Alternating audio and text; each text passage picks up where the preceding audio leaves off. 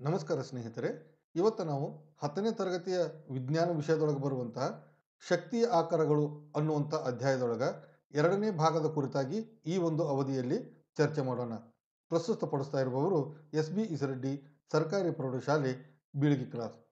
ಸ್ನೇಹಿತರೆ, ಈಗಾಗಲೇ ನಾವು ಶಕ್ತಿಯ ಆಕಾರಗಳು ಅನ್ನುವ ಅಧ್ಯಾಯದೊಳಗ ಮೊದಲನೇ ಭಾಗದಲ್ಲಿ ನಾವು ಸಾಂಪ್ರದಾಯಿಕ ಶಕ್ತಿಯ ಆಕಾರಗಳ ಕುರಿತಾಗಿ ನಾವು ಅಭ್ಯಾಸ ಮಾಡಿದ್ದೀವಿ.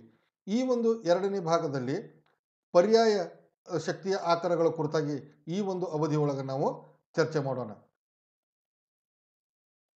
ಓಕೆ.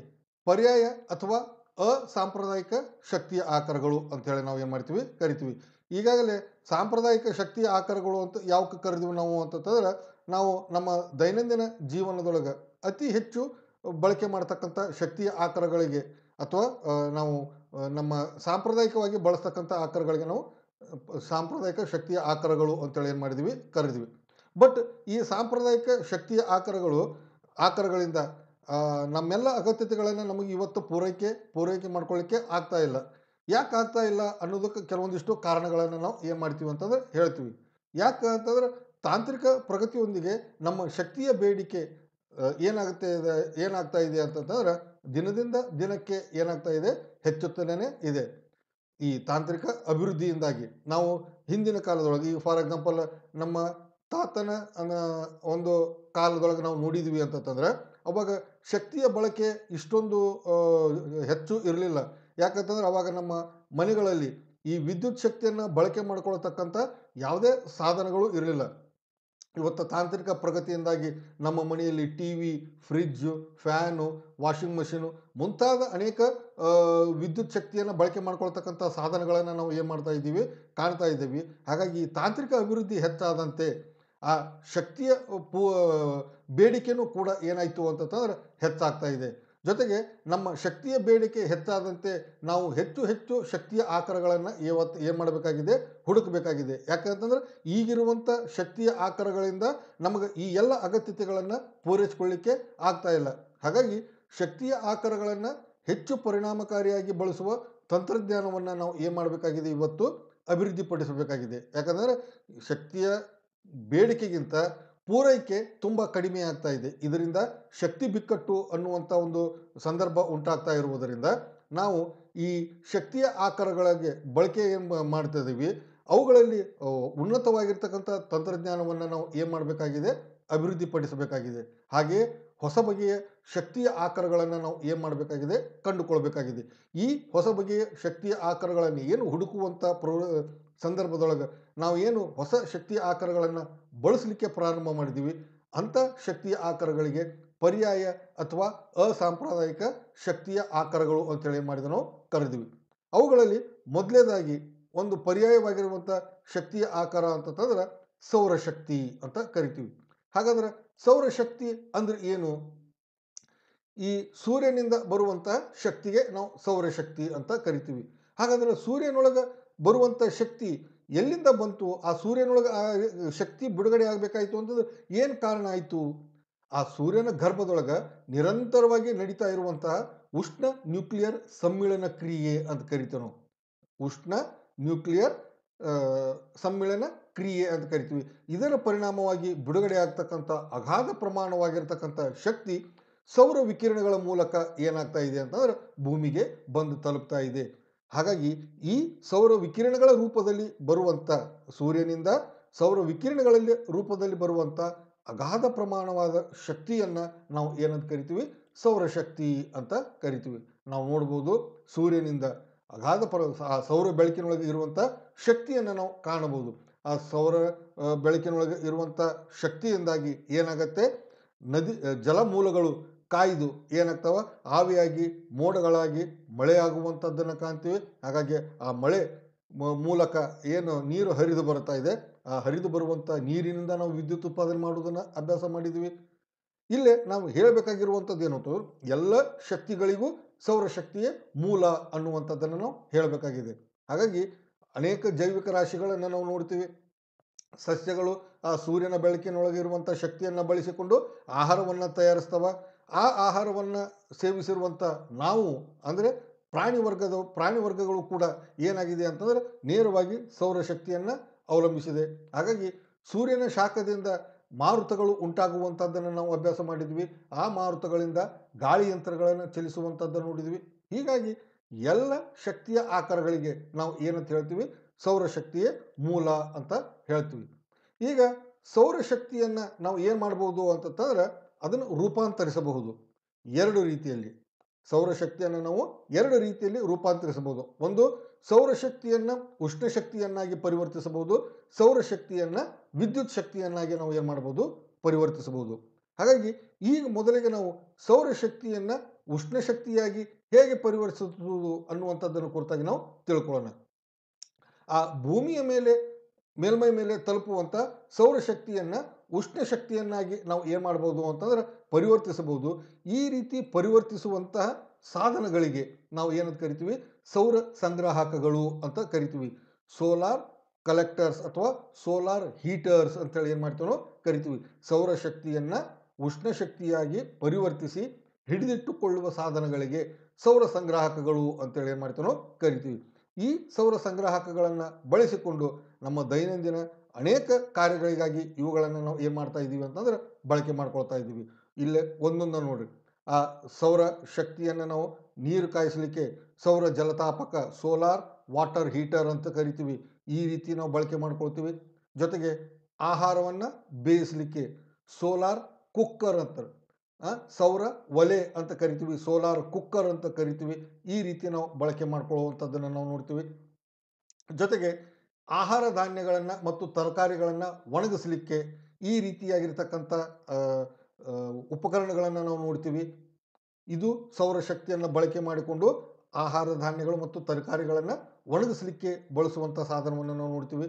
ಜೊತೆಗೆ ಸಮುದ್ರದ ನೀರನ್ನು ನಿರ್ಲವಣೀಕರಣಗೊಳಿಸಲಿಕ್ಕೆ, ಅಂದರೆ ಆ ಸಮುದ್ರದ ನೀರನ್ನು ನಾವು ನಿರ್ಲವಣಗೊಳಿಸುವುದಕ್ಕೋಸ್ಕರ, ಅಂದರೆ ಶುದ್ಧ ನೀರನ್ನು ಪಡೆಯುವುದಕ್ಕೋಸ್ಕರ ನಾವು ಏನು ಮಾಡ್ತೀವಿ ಅಂತಂದ್ರೆ ಈ ಸೌರ ಕೋಶಗಳನ್ನು ಸೌರ ಹೀಟರ್ಗಳನ್ನು ನಾವು ಏನು ಮಾಡ್ತಾ ಇದ್ದೀವಿ ಅಂತಂದ್ರೆ ಬಳಕೆ ಮಾಡ್ಕೊಳ್ತಾ ಇದ್ದೀವಿ.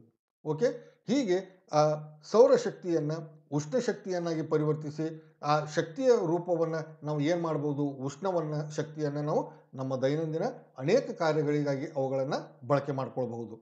Okay, yes. ಇನ್ನು ಸೌರಶಕ್ತಿಯನ್ನು ಇನ್ನೊಂದು ಶಕ್ತಿಯ ರೂಪಕ್ಕೆ ಪರಿವರ್ತಿಸಬಹುದು. ಯಾವುದು ಅಂತಂದ್ರೆ ವಿದ್ಯುತ್ ಶಕ್ತಿಗೆ ಅದನ್ನು ರೂಪಾಂತರಿಸಬಹುದು. ಈಗ ಸೌರಶಕ್ತಿಯನ್ನು ಉಷ್ಣ ಶಕ್ತಿಗೆ ರೂಪಾಂತರಿಸುವುದನ್ನು ನಾವು ನೋಡಿದ್ದೀವಿ. ಈಗ ನೆಕ್ಸ್ಟ್ ನಾವು ನೋಡ್ತಕ್ಕಂಥದ್ದು ಸೌರಶಕ್ತಿಯನ್ನು ವಿದ್ಯುತ್ ಶಕ್ತಿಗೆ ರೂಪಾಂತರ ಮಾಡುವಂಥದ್ದನ್ನು ನಾವು ನೋಡ್ತೀವಿ. ಸೌರಶಕ್ತಿಯನ್ನು ಈ ಫೋಟೋ ವೋಲ್ಟಾಯಿಕ್ ಪರಿಣಾಮ ಅಂತ ಕರಿತೀವಿ. ಆ ಫೋಟೋ ವೋಲ್ಟಾಯಿಕ್ ಪರಿಣಾಮದ ತತ್ವದ ಮೇಲೆ ಅದನ್ನು ನಾವು ವಿದ್ಯುತ್ ಶಕ್ತಿಯನ್ನಾಗಿ ಪರಿವರ್ತಿಸ್ತೀವಿ. ಹಾಗಾಗಿ ಇಲ್ಲಿ ಏನು ಕೆಲವೊಂದು ವಿಶಿಷ್ಟವಾಗಿ ರಚನೆ ಮಾಡಿರ್ತಕ್ಕಂಥ ಸಾಧನಗಳು ಇರ್ತಾವೆ. ಫೋಟೋ ವೋಲ್ಟಾಯಿಕ್ ಸೆಲ್ ಅಂತ ಕರಿತೀವಿ ಅಥವಾ ಸೌರಕೋಶ ಅಂತ ಕರಿತೀವಿ. ಇದು ಸೂರ್ಯನಿಂದ ಬರುವಂಥ ಬೆಳಕಿನ ಕಿರಣಗಳನ್ನು ಏನು ಮಾಡ್ತಾವ ಅಂತಂದ್ರೆ ಹಿಡಿದಿಟ್ಟುಕೊಂಡು ಅವುಗಳನ್ನು ವಿದ್ಯುತ್ ಶಕ್ತಿಯಾಗಿ ಏನು ಮಾಡ್ತಾವ ಅಂತಂದ್ರೆ ಪರಿವರ್ತಿಸ್ತಾವ. ಓಕೆ, ಇನ್ನು ಸೌರಶಕ್ತಿಯನ್ನು ವಿದ್ಯುತ್ ಶಕ್ತಿಯನ್ನಾಗಿ ಪರಿವರ್ತಿಸುವಂಥ ಸಾಧನಕ್ಕೆ ನಾವು ಏನಂತ ಕರಿತೀವಿ, ಸೌರಕೋಶ ಅಂತ ಕರಿತೀವಿ. ಆ ಸೌರಕೋಶ ಯಾವ ರೀತಿ ಇರುತ್ತೆ ಅನ್ನುವಂಥದ್ದನ್ನು ನೋಡ್ಬೋದು ನೀವು. ಈ ರೀತಿಯಾಗಿ ಇರುತ್ತೆ ಒಂದು ಸೌರಕೋಶ, ಹೌದಾ? ಓಕೆ, ಈ ಒಂದು ಸೌರಕೋಶದಿಂದ ನಾವು ಏನು ಮಾಡಬಹುದು ಅಂತಂದ್ರೆ ಎಷ್ಟು ವಿದ್ಯುತ್ತನ್ನು ಪಡಿಬಹುದು ಅಂತಂದ್ರೆ ಮ್ಯಾಕ್ಸಿಮಮ್ ಅಂತಂದ್ರೆ 0.5 ವೋಲ್ಟ್ದಿಂದ 1 ವೋಲ್ಟ್ನಷ್ಟು ವೋಲ್ಟೇಜನ್ನು ಉಂಟು ಮಾಡ್ಬೋದು. ಅಂದ್ರೆ ಒಂದು ಬ್ಯಾಟ್ರಿ ಸೆಲ್ ಇರುತ್ತಲ್ಲ, ಆ ಬ್ಯಾಟ್ರಿ ಸೆಲ್ದೊಳಗೆ 1.5 ವೋಲ್ಟ್ ನಷ್ಟು ವೋಲ್ಟೇಜ್ ಉಂಟು ಮಾಡುವಂಥ ಸಾಮರ್ಥ್ಯ ಇರುತ್ತೆ. ಅಂದ್ರೆ ಈ ಒಂದು ಸೌರಕೋಶದಿಂದ ಅದಕ್ಕಿಂತಲೂ ಕಡಿಮೆ ನಾವು ಏನು ಮಾಡ್ಬೋದು, ವಿದ್ಯುತ್ತನ್ನು ಉತ್ಪಾದನೆ ಮಾಡ್ಬೋದು. ಅಂದರೆ ಇಲ್ಲಿ ಉತ್ಪಾದನೆ ಮಾಡಿರ್ತಕ್ಕಂಥ ವಿದ್ಯುತ್ತಿನ ಒಟ್ಟು ಪ್ರಮಾಣ ಏನಾಗಿರುತ್ತೆ ಅಂತಂದ್ರೆ 0.7 ವ್ಯಾಟ್ ಆಗಿರುತ್ತೆ. ಅಷ್ಟು ಕೆಲಸ ಮಾಡುವಂಥದ್ದು 0.7 ವ್ಯಾಟ್ ವಿದ್ಯುತ್ ಶಕ್ತಿಯನ್ನು ನಾವು ಏನು ಮಾಡ್ಬೋದು ಅಂತಂದ್ರೆ ಉತ್ಪಾದಿಸಬಹುದು. ಆದರೆ ನಾವು ಇದನ್ನು ಒಂದೇ ಕೋಶವನ್ನು ಬಳಸೋದಿಲ್ಲ. ಹಾಗಾಗಿ ಇಂಥ ಹಲವಾರು ಕೋಶಗಳನ್ನು ನಾವು ಏನು ಮಾಡ್ತೀವಿ ಅಂತಂದ್ರೆ ಒಂದು ಸರಣಿ ಕ್ರಮದಲ್ಲಿ ಅವುಗಳನ್ನು ಜೋಡಿಸ್ತೀವಿ. ಜೋಡಿಸಿದಾಗ ನಮಗೆ ಏನು ಸಿಗತ್ತೆ ಅಂತಂದ್ರೆ ಒಂದು ವಿಶಾಲವಾದ ರಚನೆ ಸಿಗತ್ತೆ. ಅದಕ್ಕೆ ನಾವು ಸೌರ ಫಲಕ ಅಂತ ಕರಿತೀವಿ ಅಥವಾ ಸೋಲಾರ್ ಪ್ಯಾನಲ್ ಅಂತ ಕರಿತೀವಿ. ಹಲವಾರು ಸೌರ ಕೋಶಗಳ ಜೋಡಣೆಯ ವ್ಯವಸ್ಥೆಯನ್ನು ನಾವು ಏನಂತ ಕರಿತೀವಿ, ಸೌರ ಫಲಕ ಅಂತ ಕರಿತೀವಿ.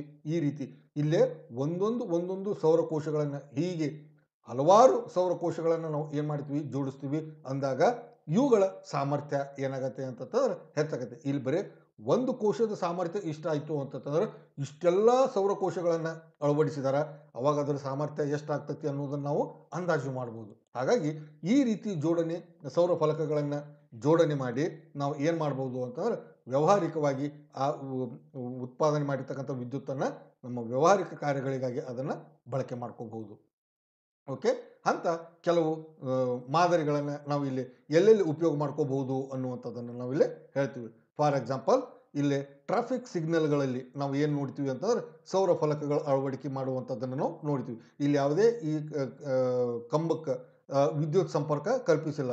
ಹಾಗಾದ್ರೆ ಇಲ್ಲಿ ಸಿಗ್ನಲ್ಗಳು ಯಾವ ರೀತಿ ಕಾರ್ಯ ಮಾಡ್ತಾ ಇದ್ದಾವ ಅಂತಂದ್ರೆ ಇಲ್ಲೇನು ಸೋಲಾರ್ ಪ್ಯಾನಲ್ಗಳನ್ನು ಅಳವಡಿಸಿದ್ರು ಅವುಗಳಲ್ಲಿ ಪರಿವರ್ತನೆಯಾಗಿರುವಂಥ ವಿದ್ಯುತ್ ಶಕ್ತಿಯನ್ನು ಬಳಕೆ ಮಾಡಿಕೊಂಡು ಕೆಲಸ ಮಾಡ್ತಿದ್ದವು.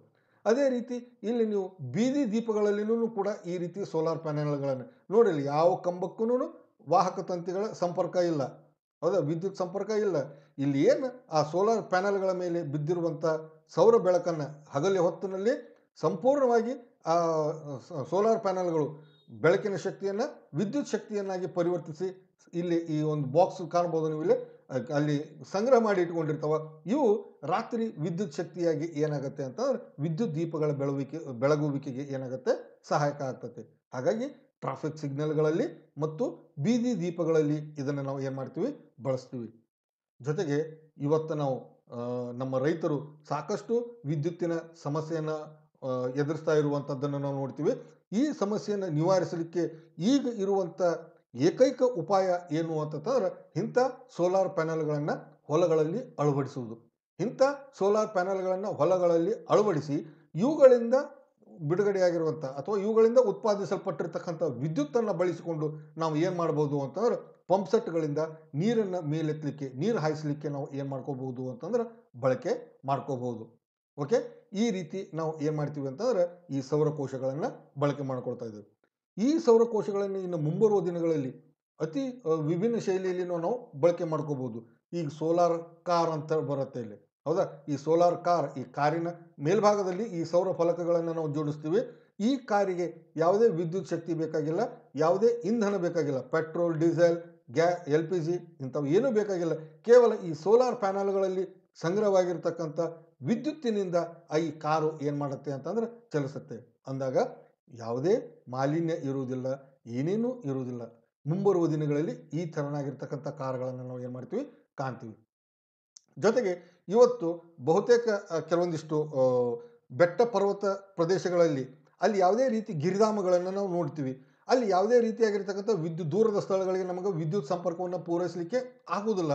ಅಂಥ ಸಂದರ್ಭದಲ್ಲಿ ಅಲ್ಲಿರುವಂಥ ರೆಸಾರ್ಟ್ಗಳನ್ನು ನಾವು ನೋಡ್ತೀವಿ, ಕಟ್ಟಡಗಳನ್ನು ನೋಡ್ತೀವಿ. ಹಾಗಾದರೆ ಅಲ್ಲಿ ವಿದ್ಯುತ್ ಸಂಪರ್ಕವನ್ನು ಅವ್ರು ಹೇಗೆ ಪಡಿಬೇಕು ಅಂತಂದ್ರೆ ಈ ರೀತಿ ಮನೆಯ ಮೇಲ್ಛಾವಣಿಗೆ ಈ ಸೌರ ಫಲಕಗಳನ್ನು ಅಳವಡಿಸಿ ಆ ಮನೆಗಳಿಗೆ ಏನು ಬಳಕೆಗೆ ಬೇಕಾಗ್ತದೆ ಆ ಬೇಕಾಗುವಷ್ಟು ವಿದ್ಯುತ್ತನ್ನು ಈ ಫಲಕಗಳಿಂದ ಅವ್ರು ಏನು ಮಾಡ್ಬೋದು ಪಡಿಬಹುದು.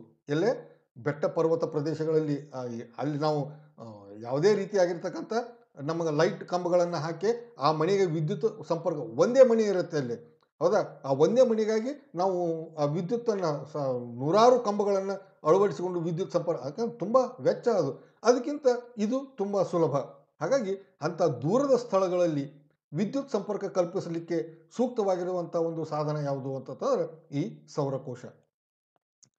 ಅದೇ ರೀತಿ ಈ ಬಾಹ್ಯಾಕಾಶದಲ್ಲಿ ಉಪಗ್ರಹಗಳಿಗೆ ಶಕ್ತಿಯ ಆಕಾರವಾಗಿ ನಾವು ಏನು ಮಾಡ್ತೀವಿ ಅಂತಂದ್ರೆ ಸೌರ ಫಲಕಗಳನ್ನು ಬಳಸ್ತೀವಿ.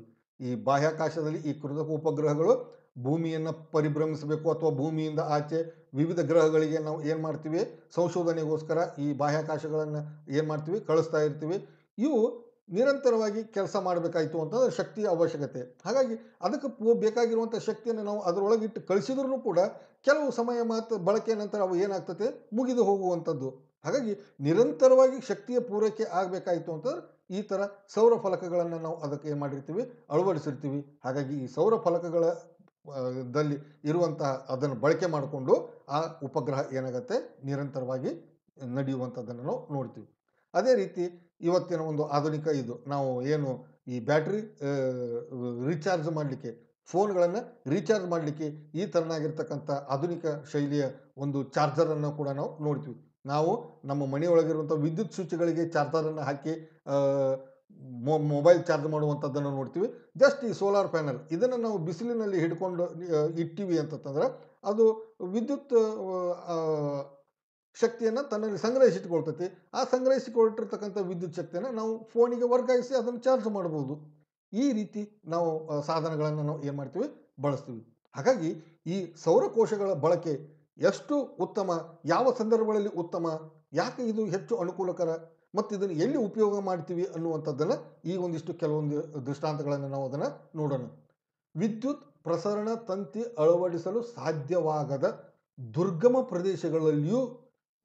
ಪ್ರದೇಶಗಳಲ್ಲಿ ಈ ಸೌರ ಫಲಕಗಳನ್ನು ನಾವು ಏನು ಮಾಡಬಹುದು, ಅಳವಡಿಸಬಹುದು. ಉದಾಹರಣೆಗೆ ಮರುಭೂಮಿ, ದ್ವೀಪಗಳು, ಪರ್ವತ ಪ್ರದೇಶಗಳು ಅಂತ ಕರಿತೀವಿ. ಅಂದ್ರೆ ಇಲ್ಲಿ ನಮಗೆ ವಿದ್ಯುತ್ ಸಂಪರ್ಕ ಮಾಡ್ಲಿಕ್ಕೆ ಆಗೋದಿಲ್ಲ. ಆಗಲೇ ಒಂದು ಪರ್ವತದ ಮೇಲಿನ ಮನೆ ಉದಾಹರಣೆಯನ್ನು ಕೊಟ್ಟೆ ನಾನು, ಹೌದಾ? ಅದೇ ರೀತಿ ಮರುಭೂಮಿ ಅಥವಾ ಯಾವುದೋ ಒಂದು ದ್ವೀಪ ಇರುತ್ತೆ. ಆ ದ್ವೀಪದೊಳಗೆ ನಾವು ಇಲ್ಲಿಂದ ಇದ್ರ ಮೂಲಕ, ಸಮುದ್ರದ ಮೂಲಕ ಸಂಪರ್ಕ ಮಾಡಲಿಕ್ಕೆ ಆಗೋದಿಲ್ಲ. ಮರುಭೂಮಿಯೊಳಗೆ ದೂರದೊಳಗೆ ಇರ್ತಾವ, ಅಲ್ಲಿ ಕಂಬಗಳನ್ನು ನೀಡಲಿಕ್ಕೆ ಆಗೋದಿಲ್ಲ. ಹಾಗಾದ್ರೆ ಅಂಥ ಸಂದರ್ಭಗಳಲ್ಲಿ ಆ ಸ್ಥಳಗಳಿಗೆ ವಿದ್ಯುತ್ ಸಂಪರ್ಕ ಮಾಡ್ಕೋಬೇಕಾಯಿತು ಅಥವಾ ವಿದ್ಯುತ್ತನ್ನು ಪಡಿಬೇಕಾಯಿತು ಅಂತಂದ್ರೆ ಈ ಸೌರ ಫಲಕಗಳು ಸೂಕ್ತ ಅಂತ ಹೇಳ್ತೀವಿ. ಅದೇ ರೀತಿ ಈಗಾಗಲೇ ತೋರಿಸಿದೆ ನಾನು, ಕೃತಕ ಉಪಗ್ರಹಗಳಲ್ಲಿ ಸೌರಶಕ್ತಿಯನ್ನು ಒಂದು ಶಕ್ತಿಯ ಆಕಾರವಾಗಿ ನಾವು ಏನು ಮಾಡ್ತೀವಿ, ಬಳಸ್ತೀವಿ. ಜೊತೆಗೆ ದೂರದ ಪ್ರದೇಶಗಳಲ್ಲಿ ಸ್ಥಾಪಿಸಿರುವಂಥ ರೇಡಿಯೋ ಅಥವಾ ತಂತಿರಹಿತ ಪ್ರಸರಣ ವ್ಯವಸ್ಥೆಗಳು, ಹೌದಾ? ಅದೇ ರೀತಿ ದೂರದರ್ಶನ ಪ್ರಸಾರ ಕೇಂದ್ರಗಳು ಏನಿರ್ತಾವ ಅಲ್ಲಿ ಕೂಡ ನಾವು ಏನು ಮಾಡಬಹುದು, ಸೌರ ಫಲಕಗಳನ್ನು ಬಳಸಬಹುದು. ಜೊತೆಗೆ ಈಗಾಗಲೇ ಕೆಲವೊಂದು ದೃಷ್ಟಾಂತಗಳನ್ನು ಹೇಳಿದ್ವಿ. ಟ್ರಾಫಿಕ್ ಸಿಗ್ನಲ್ ಲೈಟ್ಸು, ಅಂದರೆ ಟ್ರಾಫಿಕ್ ಸದ್ದಿ ದೀಪಗಳಲ್ಲಿ, ಬೀದಿ ದೀಪಗಳಲ್ಲಿ, ಪಂಪಿನಿಂದ ನೀರನ್ನು ಮೇಲೆತ್ತಲಿಕ್ಕೆ ನಾವು ಏನು ಮಾಡ್ಬೋದು, ಬಳಸ್ಬೋದು.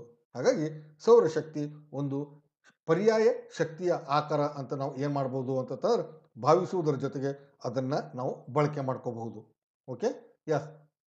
ಇನ್ನು ನೆಕ್ಸ್ಟ್ ನಾವು ನೋಡ್ತಕ್ಕಂಥದ್ದು ಏನು ಅಂತಂದ್ರೆ ಸಮುದ್ರ ಶಕ್ತಿ. ಈಗಾಗಲೇ ನಾವು 9ನೇ ತರಗತಿಯೊಳಗೆ ಗುರುತ್ವ ಅನ್ನುವಂಥ ಅಧ್ಯಾಯದೊಳಗೆ ಭೂಮಿ ಮತ್ತು ಚಂದ್ರ ಇಬ್ಬರು ನಡುವೆ ಪರಸ್ಪರ ಏನಿರುತ್ತೆ ಅಂತಂದ್ರೆ ಆಕರ್ಷಣೆ ಇರುತ್ತೆ. ಈ ಚಂದ್ರನೂ ಕೂಡ ಭೂಮಿಯ ಮೇಲೆ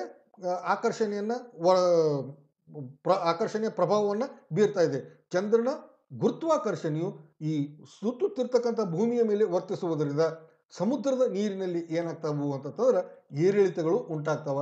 ಈ ಏರಿಳಿತಗಳು ಉಂಟಾಗುವಂಥದ್ದನ್ನು ನಾವು ಏನಂತ ಕರಿತೀವಿ, ಉಬ್ಬರ ಮತ್ತು ಇಳಿತಗಳು.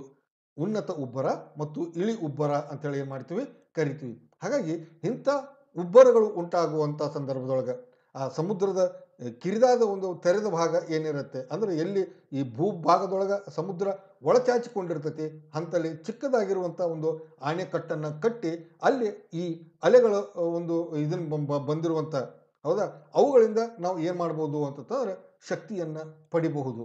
ಆಣೆಕಟ್ಟ ದ್ವಾರದ ಬಳಿ ಸ್ಥಾಪಿಸಿರುವಂಥ ಟರ್ಬೈನ್ ಈ ಉಬ್ಬರ ಶಕ್ತಿಯನ್ನು ಏನು ಮಾಡುತ್ತೆ, ವಿದ್ಯುತ್ ಶಕ್ತಿಯಾಗಿ ಪರಿವರ್ತಿಸುವಂಥದ್ದನ್ನು ನಾವು ನೋಡ್ತೀವಿ. ಬಟ್ ಇವು ತುಂಬ ವೆಚ್ಚದಾಯಕ ಮತ್ತು ಇದೆಲ್ಲ ಇನ್ನೂ ಪ್ರಾಯೋಗಿಕ ಹಂತದೊಳಗೆ ಇರುವಂಥದ್ದು. ಹಾಗಾಗಿ ಇವುಗಳನ್ನು ನಾವು ಏನು ಮಾಡ್ತಾ ಇಲ್ಲ ಅಂತಂದ್ರೆ ಇನ್ನೂ ಅವುಗಳನ್ನು ಪ್ರಾಕ್ಟೀಸ್ ಆಗಿ ವ್ಯಾವಹಾರಿಕವಾಗಿ ನಾವು ಅದನ್ನು ಏನು ಮಾಡ್ತಾ ಇಲ್ಲ ಅಂತಂದ್ರೆ ಬಳಕೆ ಮಾಡ್ತಾ ಇಲ್ಲ. ಅದೇ ರೀತಿ ಇನ್ನೊಂದು ಅಲೆಗಳ ಶಕ್ತಿ ಅನ್ನುವಂಥದ್ದು, ಸಾಗರದಲ್ಲಿ ಉಂಟಾಗ್ತಕ್ಕಂಥ ಅಗಾಧ ಪ್ರಮಾಣವಾಗಿರ್ತಕ್ಕಂಥ ಅಲೆಗಳು ಉಂಟಾಗುವುದನ್ನು ನಾವು ನೋಡ್ತೀವಿ. ಅದರ ಪರಿಣಾಮವಾಗಿ ಈ ಉಬ್ಬರದ ಪರಿಣಾಮವಾಗಿ ಏನು ಅಲೆಗಳು ಹೇಳ್ತವ, ಈ ಅಲೆಗಳು ಏನು ಅಂತಂದ್ರೆ ಶಕ್ತಿಯ ಆಕಾರಗಳು ಆಗಿರ್ತವೆ.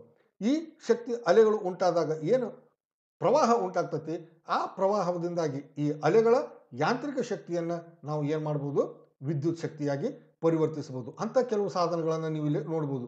ಇದೊಂದು ಸಾಧನ. ಇದನ್ನು ಏನು ಮಾಡ್ತಾರ ಅಂತಂದ್ರೆ ಈ ರೆಕ್ಕೆ ಇರುವಂಥದ್ದು, ಹೇಗೆ ಪವನ ಶಕ್ತಿ ಗಾಳಿ ಬೀಸುವಿಕೆಯಿಂದ ಈ ಫ್ಯಾನಿನ ಪಕ್ಕಗಳು ಏನಾಗ್ತಾವ, ತಿರುಗ್ತಾವ.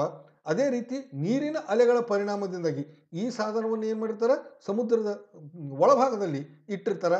ಅಲ್ಲಿ ಅಲೆಗಳು ಉಂಟಾಗುವಾಗ ಇದು ನೀರಿನ ರಭಸದಿಂದಾಗಿ ಈ ಫ್ಯಾನ್ ಏನಾಗುತ್ತೆ ಅಂತಂದ್ರೆ ತಿರುಗಲಿಕ್ಕೆ ಪ್ರಾರಂಭ ಆಗ್ತೈತಿ. ಯಾವಾಗ ಇದು ತಿರುಗಲಿಕ್ಕೆ ಪ್ರಾರಂಭ ಆಯಿತು, ಟರ್ಬೈನ್ ತಿರುಗತ್ತೆ, ವಿದ್ಯುತ್ ಉತ್ಪಾದನೆ ಆಗತ್ತೆ. ತಾವು ನೋಡ್ಬೋದು ಇಲ್ಲೇ ಆಳದ ಸಮುದ್ರದ ತಳಭಾಗದಲ್ಲಿ ಇಟ್ಟಿರ್ತಾರೆ. ಅಲೆಗಳ ಪರಿಣಾಮದಿಂದಾಗಿ ಈ ಫ್ಯಾನ್ಗಳು ಏನಾಗ್ತವೆ, ರೆಕ್ಕೆಗಳು ಏನಾಗ್ತವೆ, ತಿರುಗುವುದರಿಂದ ಟರ್ಬೈನ್ ತಿರುಗಿ ವಿದ್ಯುತ್ ಉತ್ಪಾದನೆ ಆಗುವಂಥದ್ದನ್ನು ನಾವು ನೋಡ್ತೀವಿ. ಓಕೆ, ಇದು ಅಲೆಗಳ ಶಕ್ತಿ ಅನ್ನುವಂಥದ್ದು. ಇವೆಲ್ಲ ಇನ್ನೂ ಪ್ರಾಯೋಗಿಕ ಹಂತದೊಳಗೆ ಇರುವಂಥದ್ದನ್ನು ನಾವು ನೋಡ್ತೀವಿ. ಇನ್ನೊಂದು ಪರ್ಯಾಯ ಶಕ್ತಿಯ ಆಕಾರ ಯಾವುದು ಅಂತಂದ್ರೆ ಭೂಗರ್ಭ ಉಷ್ಣ ಶಕ್ತಿ, ಜಿಯೋ ಥರ್ಮಲ್ ಎನರ್ಜಿ ಅಂತೇಳಿ ಏನು ಮಾಡ್ತೀವಿ ನಾವು ಕರಿತೀವಿ.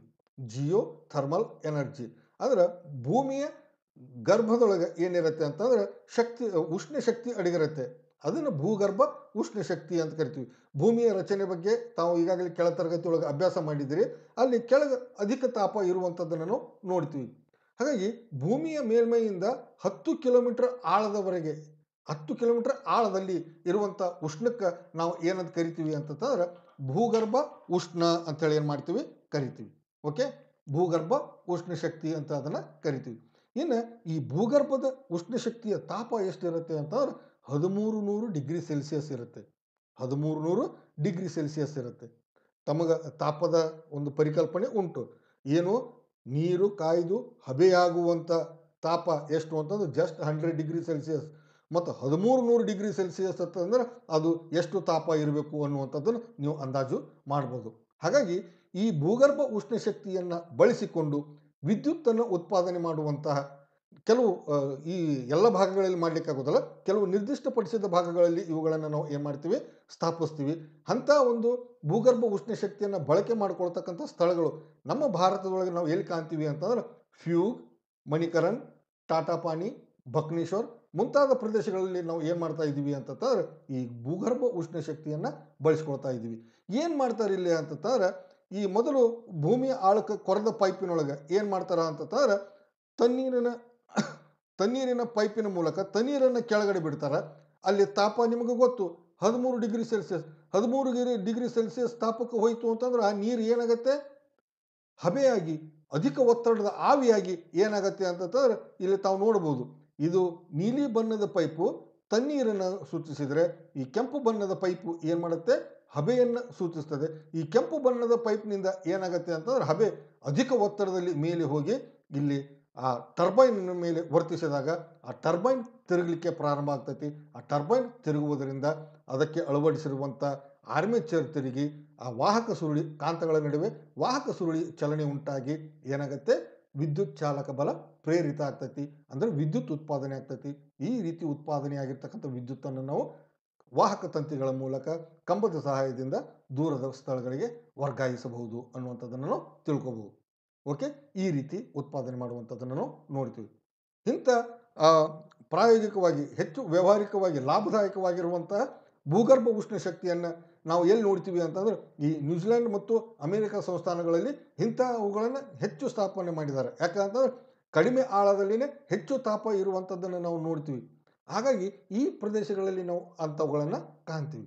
ತಾವು ನೋಡ್ಬೋದು. ಇವೆಲ್ಲ ಏನು ಅಂತಂದ್ರೆ ಭೂಗರ್ಭ ಉಷ್ಣ ಶಕ್ತಿಯನ್ನು ಬಳಸಿಕೊಂಡು ಏನು ಮಾಡ್ತಿದ್ದಾವ ಅಂತಂದ್ರೆ ವಿದ್ಯುತ್ತನ್ನು ಉತ್ಪಾದನೆ ಮಾಡೋದು. ಇವು ಕೂಡ ಪರಿಸರದ ಮೇಲೆ ಯಾವುದೇ ಹಾನಿಯನ್ನು ಉಂಟು ಮಾಡುವುದಿಲ್ಲ.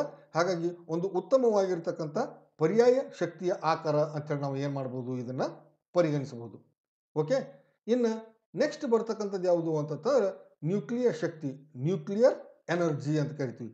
ಹೌದಾ, ಈ ಪರಮಾಣುವಿನ ವಿದಳನ ಕ್ರಿಯೆ ನಡೆದಾಗ ಪರಮಾಣುವಿನ ಬೀಜ ಅದನ್ನು ನಾವು ಪರಿವರ್ತನೆ ಮಾಡಿದಾಗ ಆ ಬೀಜ ನ್ಯೂಟ್ರಾನಿನಿಂದ ತಾಡಿಸಿದಾಗ ಅದು 2 ಹಗುರು ಬೀಜಗಳಾಗಿ ಏನಾಗ್ತತಿ, ಬಿಡುಗಡೆ ಆಗ್ತತಿ. ಅವಾಗ ಅಗಾಧ ಪ್ರಮಾಣವಾಗಿರ್ತಕ್ಕಂಥ ಶಕ್ತಿ ಏನಾಗುತ್ತೆ, ಬಿಡುಗಡೆ ಆಗುತ್ತೆ. ಯುರೇನಿಯಂ, ಪ್ಲೂಟೋನಿಯಂ, ಥೋರಿಯಂನಂತಹ ಕೆಲವು ವಿಕಿರಣಶೀಲ ಪದಾರ್ಥಗಳನ್ನು ನಾವು ಕಾಣ್ತೀವಿ. ಇವುಗಳು ವಿದಳನ ಒಳಗೊಂಡಾಗ ಅವಾಗ ಏನಾಗ್ತತಿ, ಅಗಾಧ ಪ್ರಮಾಣವಾದ ಶಕ್ತಿ ಬಿಡುಗಡೆ ಆಗ್ತತಿ. ಎಷ್ಟು ಅಂತಂದ್ರೆ 1 ಗ್ರಾಮ್ ಯುರೇನಿಯಂ ಅದು ಶಕ್ತಿ ವಿದಳನಗೊಂಡು ಶಕ್ತಿ ಆದಾಗ ಬಿಡುಗಡೆಯಾಗುವಂಥ ಉಷ್ಣ ಶಕ್ತಿ ಎಷ್ಟಿರುತ್ತೆ ಅಂತಂದ್ರೆ 50 ದಶಲಕ್ಷ ಕಲ್ಲಿದ್ದಲು, 50 ದಶಲಕ್ಷ ಟನ್ ಕಲ್ಲಿದ್ದಲನ್ನು ಸುಟ್ಟಾಗ ಬಿಡುಗಡೆಯಾಗುವಷ್ಟು ಉಷ್ಣ ಶಕ್ತಿಯನ್ನು ಬರೀ 1 ಗ್ರಾಮ್ ಯುರೇನಿಯಂನಿಂದಾಗಿ ನಾವು ಅಷ್ಟು ಶಕ್ತಿಯನ್ನು ಏನು ಮಾಡ್ಬೋದು ಅಂತಂದ್ರೆ ಉತ್ಪಾದನೆ ಮಾಡ್ಬೋದು. ಈ ಕ್ರಿಯೆಯಿಂದ ಅಗಾಧ ಶಕ್ತಿ ಬಿಡುಗಡೆ ಆಗ್ತೈತಿ. ಆ ಬಿಡುಗಡೆಯಾಗುವಂಥ ಉಷ್ಣ ಶಕ್ತಿಯನ್ನು ನಾವು ಹಬೆಯನ್ನು ಉತ್ಪಾದಿಸಲಿಕ್ಕೆ ಬಳಸಿ ನಂತರ ಆ ಹಬೆಯನ್ನು ಹೆಚ್ಚು ಒತ್ತಡದಲ್ಲಿ ಹಾಯಿಸಿ ಟರ್ಬೈನ್ ತಿರುಗುವುದರ ಮೂಲಕ ನಾವು ಏನು ಮಾಡ್ಬೋದು, ವಿದ್ಯುತ್ತನ್ನು ಉತ್ಪಾದಿಸಬಹುದು. ಓಕೆ, ಈ ರೀತಿಯಾಗಿರುತ್ತೆ. ಇದು ನ್ಯೂಕ್ಲಿಯರ್ ಕ್ರಿಯಾಕಾರಿ, ನ್ಯೂಕ್ಲಿಯರ್ ರಿಯಾಕ್ಟರ್ಸ್ ಅಂತೇಳಿ ಕರಿತೀವಿ. ಇಲ್ಲಿ ಆ ನ್ಯೂಕ್ಲಿಯರ್ ವಿದಳನ ಕ್ರಿಯೆ ನಡೆದಾಗ ಇಲ್ಲಿ ಆ ತಂಪಾದ ಅಧಿಕ ತಾಪದ ಉಷ್ಣ ಏನಾಗುತ್ತೆ ವರ್ಗಾವಣೆ ಆಗ್ತಾ ಇರುತ್ತೆ. ಆ ಅಧಿಕ ತಾಪದ ಉಷ್ಣದಿಂದಾಗಿ ಏನಾಗ್ತದೆ ಅಂತಂದ್ರೆ ಇಲ್ಲೇನು ಸಾಂದ್ರಕದಲ್ಲಿ ನೀರು ಇರುತ್ತೆ, ಆ ನೀರು ಕಾಯ್ದು ಹಬೆಯಾಗಿ ಏನಾಗ್ತತಿ ಹೆಚ್ಚು ಒತ್ತಡದಲ್ಲಿ ಮೇಲ್ಭಾಗದಲ್ಲಿ ಹೋಗಿ ಏನಾಗ್ತತಿ ಆ ಒತ್ತಡದ ಪರಿಣಾಮದಿಂದ ಆ ಟರ್ಬೈನ್ಗಳ ತಿರುಗುವಿಕೆ ಕಾರಣ ಆಗ್ತತಿ. ಈ ಟರ್ಬೈನ್ಗಳು ತಿರುಗುವಿಕೆಗೆ ಪ್ರಾರಂಭ ಆದಾಗ ಜನರೇಟರ್ ಅಂದ್ರೆ ವಿದ್ಯುತ್ ಜನಕದಲ್ಲಿ ವಿದ್ಯುತ್ ಉತ್ಪಾದನೆ ಆಗ್ತತಿ. ಆ ವಿದ್ಯುತ್ತನ್ನು ನಾವು ಏನು ಮಾಡ್ಬೋದು, ವಾಹಕ ತಂತಿಗಳ ಮೂಲಕ ಕಂಬಗಳಿಗೆ ಸಂಪರ್ಕಿಸಿ ಅವುಗಳನ್ನು ನಾವು ಬಳಕೆ ಮಾಡುವಂಥ ಸ್ಥಳಕ್ಕೆ ಕಳಿಸಬಹುದು. ಓಕೆ, ಈ ರೀತಿ ನ್ಯೂಕ್ಲಿಯರ್ ಶಕ್ತಿಯನ್ನು ನಾವು ಬಳಸಿಕೊಂಡು ನಾವು ಏನು ಮಾಡ್ಬೋದು, ವಿದ್ಯುತ್ತನ್ನು ಉತ್ಪಾದನೆ ಮಾಡಬಹುದು. ಆದರೆ ಈ ನ್ಯೂಕ್ಲಿಯರ್ ಶಕ್ತಿಯ ಬಳಕೆ ಮಾಡುವುದರಿಂದ ಬಹಳಷ್ಟು ಅಪಾಯ ಇದೆ. ಇದನ್ನ ಯಾಕೆ ನಾವು ಬಹಳಷ್ಟು ಈಗ ಆಲ್ರೆಡಿ ಅದಾವ. ಫಾರ್ ಎಕ್ಸಾಂಪಲ್ ನಮ್ಮ ಕರ್ನಾಟಕದಲ್ಲಿ ಕಾರವಾರದೊಳಗೆ ಬರುವಂಥ ಕೈಗಾ ಅಣುಸ್ಥಾವರ ಬಗ್ಗೆ ನೀವು ಅಭ್ಯಾಸ ಮಾಡಿರ್ಬೋದು. ಅಲ್ಲೇ ಈ ಅಣುಶಕ್ತಿಯನ್ನು ಬಳಸಿಕೊಂಡು ನಾವು ಏನು ಮಾಡ್ತಾ ಇದ್ದೀವಿ ಅಂತಂದ್ರೆ ವಿದ್ಯುತ್ ಶಕ್ತಿಯನ್ನು ಉತ್ಪಾದನೆ ಮಾಡ್ತಾ ಇದ್ದೀವಿ. ಬಟ್ ಇದು ಪರಿಸರದ ಮೇಲೆ ಮತ್ತು ಇದರ ಮೇಲೆ ಮಾನವನ ಆರೋಗ್ಯದ ಮೇಲೆ ಅಗಾಧ ಪ್ರಮಾಣವಾಗಿರ್ತಕ್ಕಂಥ ಅಪಾಯವನ್ನು ಏನು ಮಾಡ್ತತಿ, ಉಂಟು ಮಾಡ್ತತಿ. ಈ ಅಸಮಂಜಸ ವಿಧಾನದ ಬೈಜಿಕ ತ್ಯಾಜ್ಯ ವಸ್ತುಗಳು ಶೇಖರಣೆ ಮತ್ತು ವಿಲೇವಾರಿ ಪರಿಸರ ಮಾಲಿನ್ಯವನ್ನು ಏನು ಮಾಡ್ತವ ಅಂತಂದ್ರೆ ಉಂಟು ಮಾಡ್ತವ. ಈ ಏನು ಬೂದಿ ಉಳಿಯುತ್ತೆ, ನ್ಯೂಕ್ಲಿಯರ್ದ ತ್ಯಾಜ್ಯ ಉಳಿಯುತ್ತೆ. ಆ ತ್ಯಾಜ್ಯ ಅದರ ಶೇಖರಣೆ ಮತ್ತು ವಿಲೇವಾರಿ ಇದರಿಂದ ಅಸಮಂಜಸವಾಗಿರುವುದರಿಂದ ಇದು ಪರಿಸರದಲ್ಲಿ ಮಾಲಿನ್ಯವನ್ನು ಉಂಟು ಮಾಡ್ತತಿ. ವಿಕಿರಣಗಳ ಆಕಸ್ಮಿಕ ಸೋರಿಕೆಯು ಅಪಾಯವನ್ನು ಉಂಟು ಮಾಡ್ತತಿ. ಹಾಗಾದ್ರೆ ಏನು ಅಪಾಯ ಅಂತಂದ್ರೆ ಮನುಷ್ಯನಲ್ಲಿ ಅನೇಕ ತೊಂದರೆಯನ್ನು ಉಂಟು ಮಾಡ್ತತಿ. ಫಾರ್ ಎಕ್ಸಾಂಪಲ್ ಕ್ಯಾನ್ಸರ್ನಂಥ ರೋಗಗಳು ಮತ್ತು ಅನುವಂಶೀಯ ಬದಲಾವಣೆಗಳು ಆಗುವಂಥದ್ದನ್ನು ನಾವು ಏನು ನೋಡ್ತೀವಿ ಅಂತಂದ್ರೆ ಈ ಅಪಾಯಗಳನ್ನು ಇವುಗಳಿಂದ ನಾವು ಕಾಣ್ತೀವಿ. ಹಾಗಾಗಿ ಇಷ್ಟು ಇವು ಏನಿವು ಅಂತಂದ್ರೆ ಶಕ್ತಿಯ ಪರ್ಯಾಯ ಆಕಾರಗಳ ಕುರಿತಾಗಿ ನಾವು ನೋಡಿದ್ದೀವಿ. ಸಾಂಪ್ರದಾಯಿಕ ಶಕ್ತಿಯ ಆಕಾರಗಳನ್ನು ನೋಡಿದ್ದೀವಿ, ಪರ್ಯಾಯ ಶಕ್ತಿಯ ಆಕಾರಗಳನ್ನು ನಾವು ನೋಡಿದ್ದೀವಿ. ಈ ಶಕ್ತಿಯ ಆಕಾರಗಳು ನಮ್ಮೊಂದಿಗೆ ಎಲ್ಲಿ ಮಟ್ಟ ಇರ್ತಾವ, ಎಲ್ಲಿವರೆಗೂ ಇವುಗಳು ನಮಗೆ ಲಭ್ಯ ಇರ್ತಾವ ಅನ್ನೋದನ್ನು ನಾವು ಏನು ಮಾಡ್ಕೋಬೇಕು, ತಿಳ್ಕೋಬೇಕು. ತಿಳ್ಕೊಂಡಾಗ ಯಾವ ಶಕ್ತಿಯ ಆಕಾರಗಳನ್ನು ನಾವು ಸಮರ್ಪಕವಾಗಿ ಬಳಸಬೇಕು ಅಥವಾ ವಿವೇಚನೆಯಿಂದ ಬಳಸಬೇಕು ಅನ್ನುವಂಥದ್ದು ನಮಗೆ ಅರ್ಥ ಆಗ್ತದೆ. ಹಾಗಾಗಿ ಯಾವ ಶಕ್ತಿಯ ಆಕಾರಗಳು ಖಾಲಿಯಾಗುತ್ತವೆಯೋ ಅವುಗಳನ್ನು ಖಾಲಿಯಾಗುವ ಅಥವಾ ಬರಿದಾಗುವ ಅಥವಾ ನವೀಕರಿಸಲಾಗದ ಶಕ್ತಿಯ ಆಕಾರಗಳು ಅಂತ ಕರಿತೀವಿ. ಫಾರ್ ಎಕ್ಸಾಂಪಲ್ ಫಾಸಿಲ್ ಇಂಧನಗಳು ಅಥವಾ ಪಳೆಯುಳಿಕೆ ಇಂಧನಗಳಾಗಿರ್ತಕ್ಕಂಥ ಕಲ್ಲಿದ್ದಲು ಮತ್ತು ಪೆಟ್ರೋಲಿಯಂ ಇವು ಖಾಲಿಯಾಗುವ ಅಥವಾ ನವೀಕರಿಸಲಾಗದ ಶಕ್ತಿಯ ಆಕಾರಗಳು ಅಂತ ಕರಿತೀವಿ. ಇನ್ನು ಕೆಲವು ಶಕ್ತಿಯ ಆಕಾರಗಳು ಬರ್ತವ, ಇವುಗಳನ್ನು ಪುನರುತ್ಪಾದಿಸಲಿಕ್ಕೆ ಸಾಧ್ಯ, ಅವುಗಳನ್ನು ನವೀಕರಿಸಬಹುದಾದ ಇಂಧನದ ಆಕಾರಗಳು ಅಂತ ಕರಿತೀವಿ. ಉದಾಹರಣೆಗೆ ಜೈವಿಕ ಶಕ್ತಿ ಇರ್ಬೋದು, ಜಲಶಕ್ತಿ ಇರ್ಬೋದು, ಪವನ ಶಕ್ತಿ ಇರ್ಬೋದು, ಸೌರಶಕ್ತಿ ಇರ್ಬೋದು. ಹಾಗಾಗಿ ಯಾವನ್ನಕ್ಕೆ ನಾವು ಹೆಚ್ಚು ಒತ್ತು ಕೊಡಬೇಕು, ಯಾವುಗಳನ್ನು ಹೆಚ್ಚು ವಿವೇಚನೆಯಿಂದ ಬಳಸಬೇಕು ಅಂತಂದ್ರೆ ಈ ಪಳೆಯುಳಿಕೆ ಇಂಧನಗಳು ಏನದಾವಲ್ಲ ಇವುಗಳನ್ನು ಹೆಚ್ಚು ವಿವೇಚನೆಯಿಂದ ನಾವು ಏನು ಮಾಡಬೇಕು, ಬಳಸಬೇಕು. ಮಿತವಾಗಿ ವಿವೇಚನೆಯಿಂದ ಬಳಸಬೇಕು. ಯಾಕೆ ಅಂತಂದ್ರೆ ಇವು ಬರಿದಾಗುವ, ಮುಗಿದು ಹೋಗುವ ಅಥವಾ ಇವುಗಳನ್ನು ಮತ್ತೆ ಹೊಳ್ಳೆ ನವೀಕರಿಸಲಿಕ್ಕೆ ಸಾಧ್ಯ ಇಲ್ಲ.